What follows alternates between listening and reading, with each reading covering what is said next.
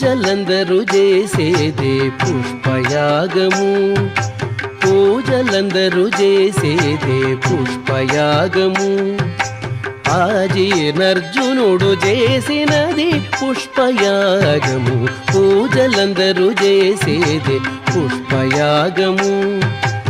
ఆజీర్ణర్జునుడు చేసినది పుష్పయాగము, పూజలందరూ చేసేది పుష్పయాగము.